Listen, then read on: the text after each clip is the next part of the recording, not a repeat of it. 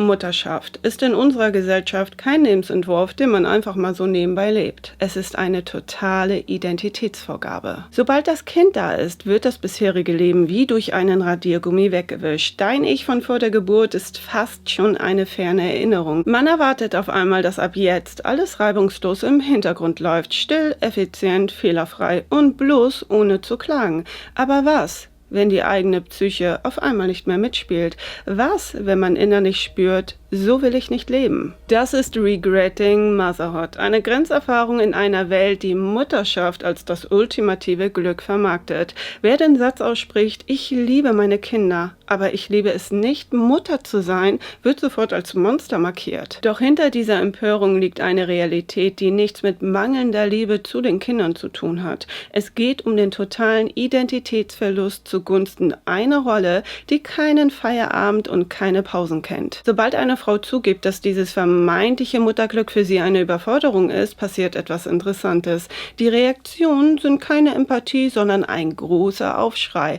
Aber warum löst dieser Satz so viel Aggression aus? Warum wird eine Frau gehatet, wenn sie die Struktur und nicht das Kind kritisiert? Die Antwort liegt in der Funktion, die das Bild der glücklichen Mutter für das System hat. Eine Frau, die Kinder bekommt, ist glücklich. Eine Frau, die Kinder bekommt, weiß, worauf sie sich einlässt. Und eine Frau, die Kinder hat, ist auch gerne Mutter. Wenn die Gesellschaft akzeptiert, dass Mutterschaft eine psychologische Sackgasse sein kann, bricht das ganze Kartenhaus zusammen. Die soziale Struktur verlässt sich darauf, dass Frauen diese Last still und heimlich tragen. Sobald eine Frau sagt, dass sie diese Identität auslöscht, greift sie nicht ihr Kind an. Sie greift die Grundfeste einer Welt an, die auf der unbezahlten und bedingungslosen Aufopferung von Frauen basiert. Wer eine bereuende Mutter beschimpft, spart sich nämlich die Erklärung für die eigene Realität. Es ist einfacher, eine Frau als krank, Rabenmutter oder nicht normal zu beschimpfen, als zuzugeben, dass die Kleinfamilie in der heutigen Form auch oft in die Isolation führt. Identität wird bei Müttern oft weggeschoben, sobald das Kind da ist, zählt nur noch die Funktion. Die Bewertung erfolgt danach, wie gut die Selbstaufgabe funktioniert. Wer dieses Muster durchbricht und sagt, diese Rolle ist mir aber nicht genug, wird zum Systemfehler. Und der soziale Druck sorgt dann dafür, dass die Fassade der ewigen Verfügbarkeit bloß keine Risse bekommt. Die Liebe zum Kind wird also systematisch mit der Liebe zur Rolle verwechselt. Wer sagt,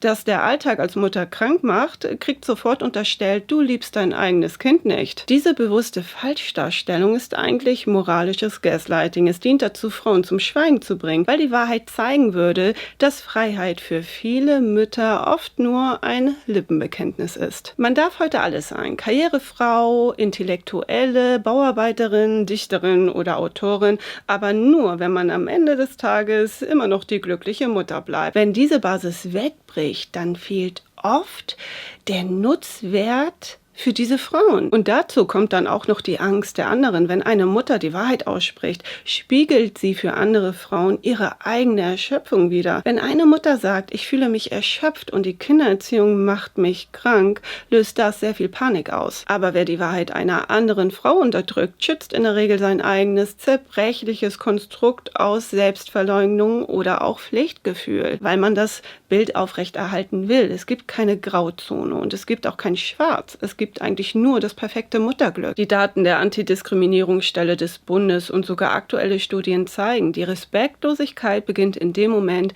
wenn eine Frau nur noch als Mutter wahrgenommen wird. Aber die Aggression beginnt erst dann, wenn sie sich weigert, das alles so hinzunehmen. Reue ist, glaube ich, der ultimative Widerstand gegen eine Logik, die Frauen als Akku betrachtet und sie dann für ihre Erschöpfung bestraft. Ja, der war on point. Es stellt sich halt die Frage, warum wird die Lüge einer perfekten Mutter so dringend gebraucht, dass Frauen, die die Wahrheit aussprechen, sozial vernichtet werden? Warum? Warum gibt es nur das eine Bild? Man verliert doch danach nicht seine eigene Identität oder also das Ich, man hat doch immer noch eigene Bedürfnisse, Gefühle, Emotionen oder Aussagen wie, du wolltest das Kind und du wusstest ganz genau, worauf du dich da einlässt. Aber woher? Woher weiß eine Frau, die vorher noch gar keine Mutter war, auf was sie sich da eingelassen hat. Es gibt ja kein Probeabo für Mütter oder kein Praktikum für Mütter. Das wäre ja alles toll, ne? Nein, nein. Also woher soll man diese Erfahrung haben? Das Ideal der Heiligen ist kein Schutz für Kinder. Es ist ein Gefängnis für Mütter.